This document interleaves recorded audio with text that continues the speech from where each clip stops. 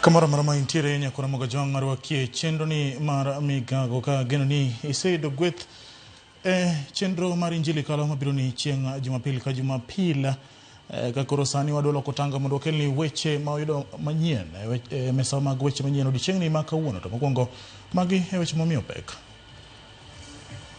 Ji adek pod yudo thieth e osiptal bang' masira mar apaya manyo onego ji auchiel e Kerenyo e Nyamira. Chama iko imara. We're together. We've had differences of opinion on certain things, but the most important thing is we stick together, we come together, and they give us some space. Jaod bura ma Yala Winnie Odinga onyero lipode malieko ni tire pogruok ei ODM. Kaka koro ji wuotho mang'eny ji bire jwa rusa. Wada ni mondo gibed ka gitang. Migao mar thieth yango ni ji abich oseyudo namba mar 3-6-0-0 ex marwa Atramogi TV KE ata James Opondosina bende wantiere achiel kachiel kokalo e mbui marwa mar Facebook gi YouTube. Machiegni nyinga en James Opondo. Ji aboro owito ngimagi masira mar apaya ma nyo timore e Kerenyo e kaunti ma Nyamira. Masira ma onywando trailer kod matatu moro manidhi Nyamira. Ji aboro mamoko nyore ngimagi kendo ma ochwal e kar thieth maduong' ma Nyamira ka mamoko ariyo ochan chwal e kar thieth ma Moi Eldoret ne thieth ma oyiedhi. Komanda mar kaunti ma Nyamira Elizabeth Wakuloba owacho ni jariembo mar nyamburko kido mar trailer nyoringo kendo lal miri bang' masira makamano ka chenro mag manyo ndache koro dhi nyime.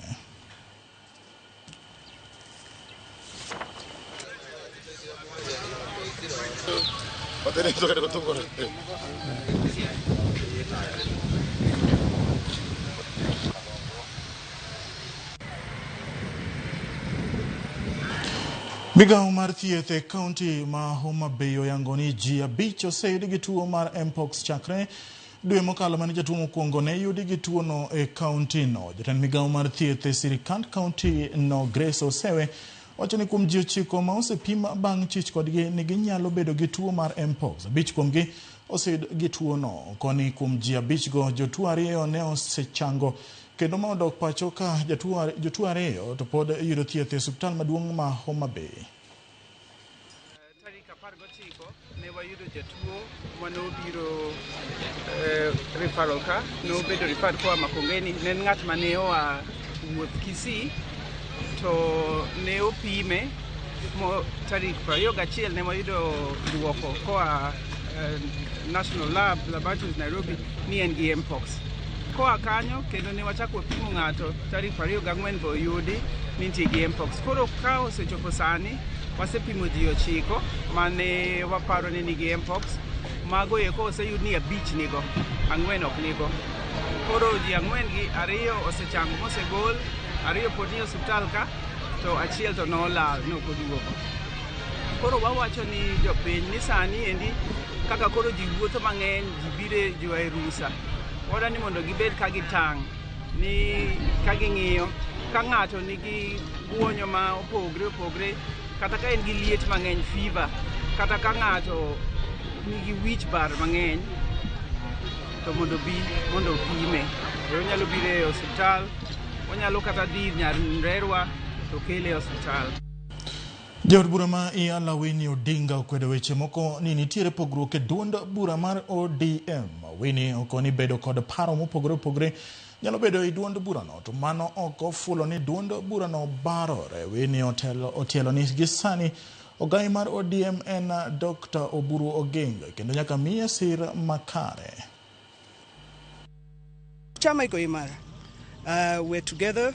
We've had differences of opinion on certain things, but the most important thing is we stick together, we come together, and they give us some space so that we can make a party that truly covers the width and breadth of this country called Kenya. Yeah. But ODM, because the party leader is my uncle. I love him. He's the only father I have left. There's never a day I'll be in a faction and he's not there. He's the head of my family. I am always with him. That's the faction I belong to, if they're factions. But the party is okay. You know, a party with so many people, over, 8 million registered members, we're going to have disagreements. But that doesn't mean that people should be so excited that ODM is falling apart. Baba taught us. Alijenga hii nyumba. Nobody is leaving. He taught us what to do. The only ones who leave are those who have a problem with what he taught us. So, tuko sawa, everything is going to be good. And I wish all of them a Merry Christmas and a restful Christmas, because we've been running non-stop. Purpose of a political party is to capture power. All power. So I believe ODM must field a candidate everywhere. That is the point of a political party. And that's the point of a democracy. Not everybody will think the same. People are going to compete. So I think ODM needs to be competitive, and we are. Moko kuom jodolo e kaunti ma Homa Bay onyiso josiasa e kaunti ma Kaluo mondo owuo gi duol achiel kendo githegre gi weche moko manyalo kelo pogruok e piny Luo bang' tho mar ogai mar ODM Raila Odinga. Jodolo mag kanisa mar Universal Church of God wacho ni pogruok moko ma osebedo ka ineno e kind jotelo mopogore opogore e counties ma Kaluo ok ni kare, kendo nyalo miyo oganda Luo barore ka gidwaro ni josiasa omakre kanyakla mana kaka ne Odinga oweyo piny Luo koma kare kotelnegi kod Apostle Nelson Omondi Juma. Jodologo okoni siasa mar manyo mbi kata kingpin mar piny Luo sani ok onego bedi mondo bed mos kaluwore ni sama wantiere ni jaluo ni kama rachie mokalo. Muso thagore kod jo-Israel mang'eny kabisa e thim, to sama nochopo kodgi e piny Kanaan to en ok odak kodgi. Omiyo Raila Odinga nowewa broad based government, kendo wasebedo ka wamor, kendo jotendwa mang'eny go agoge ka wacho ni sani wan e broad based government, wan e sirikal. Tadwa kono jowa ni aseneno kuonde mang'eny moyang'e dhieng' to welo dhi gi kech. Dhiang' moyang' ni inyalo yang'e mwanene to waaka onge gima waago nikech ang'o? Koko moko dwa wuok e Luo Nyansa ka. Ka gichako goruok kae sani to waneno ka wabiro dong' kaka oganda.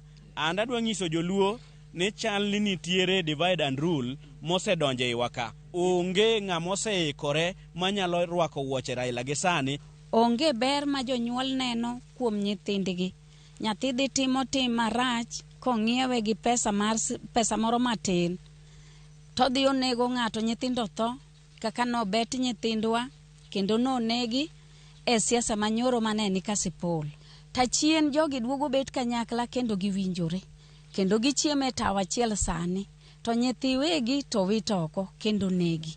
Jonyuol owuo gi nyithindgi kendo puonjre gi nyathi. Ka nyathi ogik sa achiel sa ariyo kapok ineno nyathini koduogo dala, makie nyathino mondo ibed godo piny kaka janyuol. Omiyo no aparo ka jo kanisa mondo wabi wabed kamoro achiel walam ne kwe mar pinyni. Ubjo kanisa mamoko wakwayo ni umbu konywa lamo mondo wabed gi kwe ne mwadwaro. Ne wakwa Nyasaye mondo donje chuny jotendwa bende gi wuoye kod kwe. Apani wach ma jodolo wachono odonjo it josiasa nikech ka siasa rach kata liet to jopiny ema hinyore gi sani dongruok lilo. Ka wadhi nyime ni lendo mar jatend piny William Ruto mar jalo gai machon mar ODM mosenindo Raila Odinga kuom chake paw tuke mar Talanta Stadium dhi nyime kod yudo puoch kowuok kuom jopiny, josiasa nyaka jonon weche mag siasa. Jonon siasa opuoyo okang' makamano ka bende gichwalo kwayo ne jatend piny William Ruto mondo omiyo paw ndeke ma Kisumu nying mar Raila Odinga paw kaka mano mar dialo mane en Prime Minister machon Raila Odinga. Jomaro mar siasa Chris Owino nigi ler mathoth. Tarik 17 dwe mar 10 higani, paw tuke ma Nyayo National Stadium ne ogoyo oriti ne thuon sulwe mar demokrasia, jakedo ne ratich oganda kendo jahera namba 1 mar adhula Raila Amolo Odinga. Dweche 2 bang'e e paw tuke ma Nyayo National Stadium ikinde nyasi mar dhialo higni 62 mag Jamhuri Day, jatend piny William Ruto ne ogolo lendo mar dhialo Raila Odinga kuom chake paw tuke ma nyasani ma Talanta Stadium. Achiel kuom gien luongo nyinge stadium kako temono. Nitie mabeyo bende. Mabeyo en ni serikal masani onego olu katiba kaka dwarore. nikech magi gik mane Raila kedone. Koro kaka serikal ma wan go sani nyalo luwo katiba maber, nyalo observe human rights. Man is one of the best ways of remembering Raila. An yo maneno minyalo dhial godo Raila Odinga maduong' mogik en ni Kisumu International Airport olok nyinge mondo luonge ni Raila Odinga International Airport. To gimomiyo International Airport ichako ga mana jok mosechopo te kuma malo kabisa no. En ni nikech airport kochaki nyiso ni nyingi no en nying ma sa ok nyal kalo kapok oluong nyingi. Ibo luong nyingi no e pinyu Kenya ka, ibo luong nyingi no e pinje maoko. Kata odoko ni opako kang' makmano, okil Kamaloka Willis Otieno okwayo jatend piny William Ruto mondo chak Raila paw ndeke maduong' ma Kisumu kaka yo mar keto nying Raila Odinga e map mar piny mangima. To dhialo maduong' ma piny nyalo miyo wuodgi kata miyo margi en kete e alap moro mamalo ma nyinge no inyalo ga wach pile ka pile. Julius Nyerere Airport Tanzania ka ni Dar es Salaam. Kenneth Kaunda Airport Zambia. Ing'eyo Mohamed Mutala Nigeria. Nelson Mandela nochake gi joka. JF Kennedy America.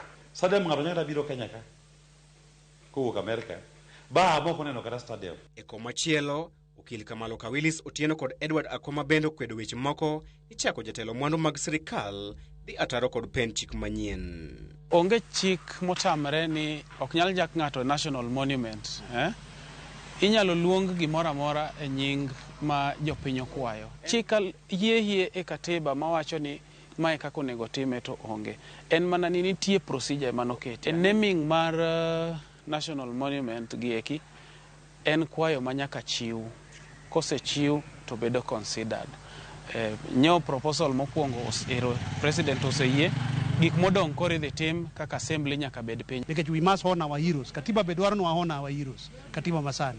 Especially joma nokedo mo ayudo katiba ni. Dwaro ni joma kamago wa honor gi. Nyaka sani mwandu mag jopiny moluongo nying Raila Odinga en wang' apaya mar Raila Odinga we mane ong'ere ka Mbagathi Road e kinde machon kaachiel gi paw tuke mar Raila Odinga Stadium e kaunti ma Homa Bay.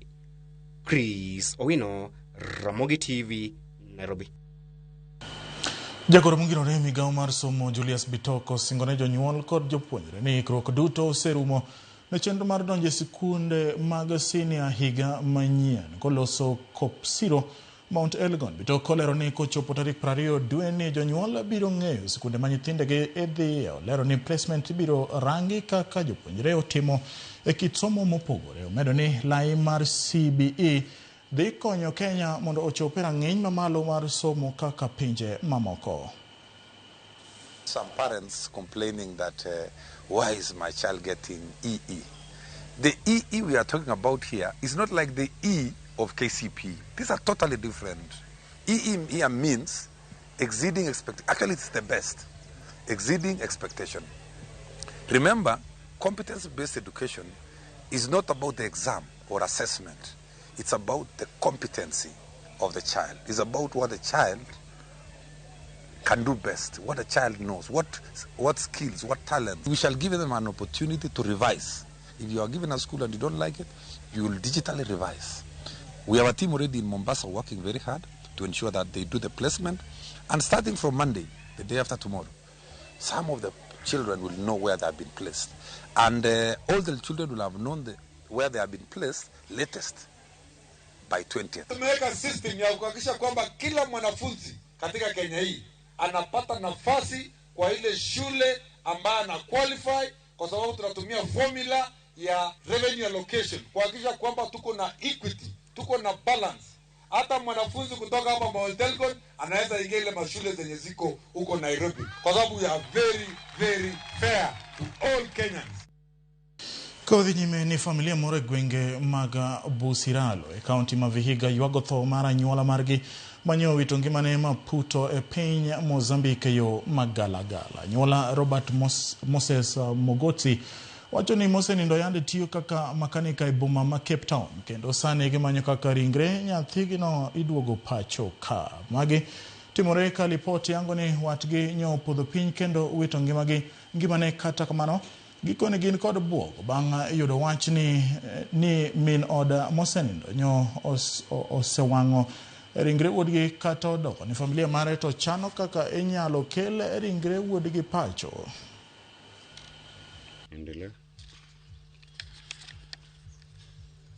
Hapo kuna utata kwa ajili Robert kufa tarehe 11 nikatumiwa barua pepe ambayo ilikuwa na policy ya insurance ya Robert. Hii insurance policy ilikuwa milioni 6.65 sarafu ya Afrika Kusini, lakini ukibadilisha kwa sarafu ya Kenya ni kama milioni 50. Sasa nilishindwa, mbona Robert amekufa leo na ninatumiwa hiyo policy, na nikashindwa tena hawa walipataje hii policy. Life insurance policy ni kitu ya binafsi, so mimi nilishindwa kwa nini hawa walikuwa na hiyo policy. Na tena kwa hiyo policy wanaonesha ya kwamba bibi ya Robert alibadilishwa kama beneficiary, na sasa kuna jina ya huyu mwanadada Victoria, yeye ndiyo beneficiary na watoto 3 wa Robert. Serikali tusaidie tujue vile Musa amekufa, kwa sababu tulipata tu maneno Musa amekufa. Kabla hata wiki iishe tukasikia ati sasa Musa amechomwa. Kingine ni kwamba ni mbona huyu msichana Victoria ambaye alikuwa akipita njia alimchukua Robert na akamchoma na akamwaga jivu lake katika bahari.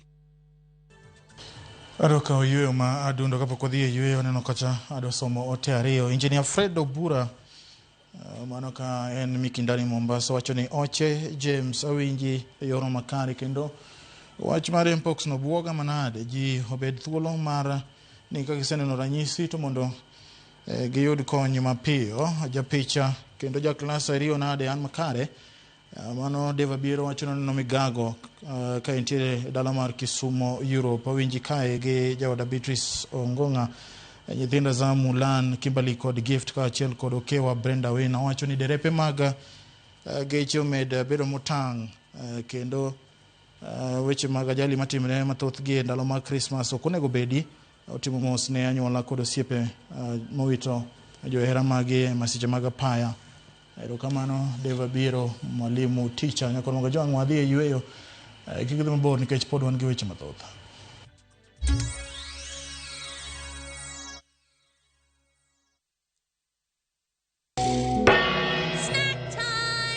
Brought the macaroni.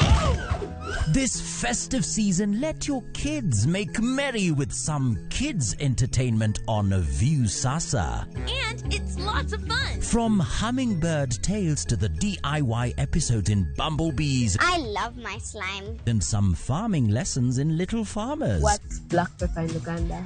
Kamulali or Mudagavu? What? To the action-packed Kong Kong land. Oh yes! Watch these plus many more kids content only on View Sasa.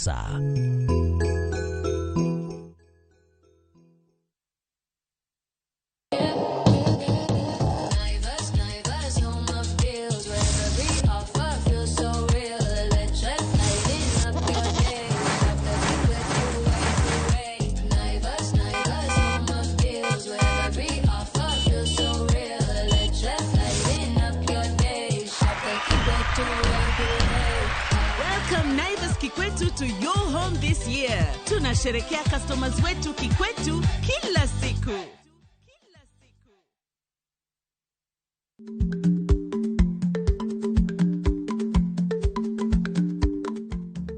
Gwang iwito gi lawe, matiende ni gimarach ijwango ajwanga nikech onge berne kata matin.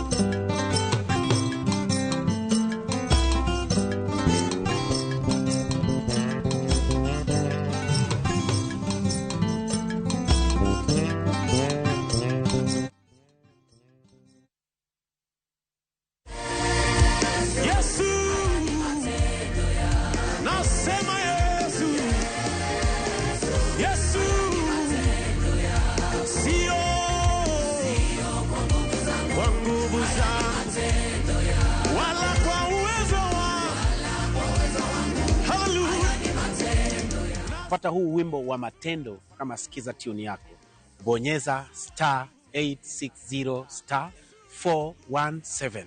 Kumbuka, Citizen ndiyo nyumbani wa wasanii wote.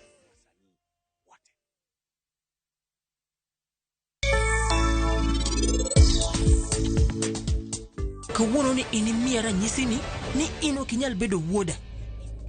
To in mana ng'ama anakia kai. Rajiv ok en ng'ama ikia waya. Ang' motimre no?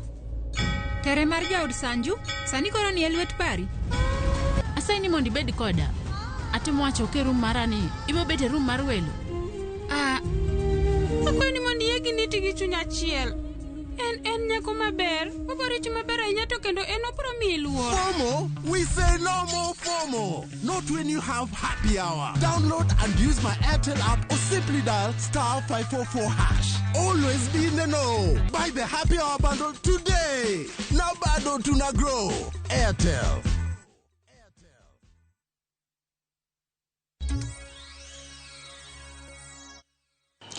Machiegni kendo nya Kwaramogi. Ker mar Luo Odongi Randa okono oganda Luo mondo osiki riwruok kendo ginya kwe e kindgi. Odongi ne wuoyo e kar limbe mar Thimlich Oinga e sub-county ma Nyatike kama ne ene gi jodongo ma nyochopo mar rango ikruok ma otelo na nyasi mar piny Luo ma chakore odiochieng' ma kiny. Fombo marwa e county ma Migori, Jojuma nigi ler mathoth. Mana ka odong' dala achiel to ibago nyasi mar piny Luo ma ochopo tielo mar 5. Nyasi ma ibage kaunti ma Migori, jodong Luo ka otele kod ker mar Luo Odongi Randa ne otimo limbe e ka limbe no mar Thimlich Oinga motelo ne nyasi ni. E lo jodong Luo, ker Odongi ne oyango ikruok makare motelo ne nyasi no mar piny Luo ka wan jodongo dhi telo e nyasi mar nyiso Luo kiti kod timbegi moting'o tero buru e kinde nyasi ni. Nitie tero buru, nitie amen, nitie gajua. Omiyo dala ni en dala malich ahinya. Warwako uduto tete joma e pinje maoko. Wacho ni jo motimore marach. Twani oyudo kawuono malich miluongo ni Raila Amolo Odinga mano chako gini, mano kelonwa gini. Koro waonge go. Koro wadwaro ni mondo wariwre luth achiel mana kaka ker osewacho. Odongi ka achiel kod jodong Luo mamoko wach ni Luo kiti kod timbegi lal kendo gimor ni nyasi mar piny Luo ma ibago higa ka higa sani dhi konyo rito Luo kitgi ka achiel kod timbegi. Kitiwa gi timbewa dwa lal, to samane kom Luo ni ok daka yie mondo lal. To kitwago nyiso tekrewa, nyiso chalwa, nyiso pogruokwa, the uniqueness mar Jaluo gi oganda mamoko. Omiyo kuonde mwakano gie kaka Migori ka wan kod Thimlich Oinga. Gombo ni mondo counties wa moro ka moro wabede kod kama wachoke timbe wagi. Ngiri Adams Oloo mabende ne oteno jodong Luo ne owacho ni nyasi mar piny Luo ma osebed ka ibago higa ka higa osekelo ber mathoth ne oganda Luo. Oloo wacho ni ka okalo kuom nyasi ni piny owacho osekonyo e bero moko kuom kuonde ma oting'o sigand Luo ka welo malimo kuonde go bende koro osemedre kendo kero nweng'o ne oganda. Some of the cultural sites have already been taken over by the government to be part of what you can call the national heritage. Kango, for example, Kajaramogi, the mausoleum has already been taken by the national government. Gotramogi has already been taken by the national government. Thimlich Oinga here is under UNESCO, repository of showcasing what the Luo are, what they have become, and even what they look forward to be in the future. Ker mar Luo Odongi Randa kinde twak mare ne okwedo yawuot Luo ma wacho ni sani tiyo kod lemo ma gintiere godo e pogo oganda Luo. Odongi wacho ni riwruok mar oganda Luo sani en gima duong' kendo oganda Luo nyaka oriwre kamoro achiel mondo dongruok omedre ka Luo. Kendo kwa jodongo mag oganda Luo, jodongo be gimoro achiel nikech jodongo e piny to nyithindo makawuono matindo maparo ni pesa ni e lwetgi giwe pogo oganda ni gigolo pesa gikiro pesa yu kachietho lith gibiro na hinyore ked giwegi. akwayo jowa duto miluongo ni Jaluo omako siep ohere gi wadgi. George Juma, Ramogi TV, Migori.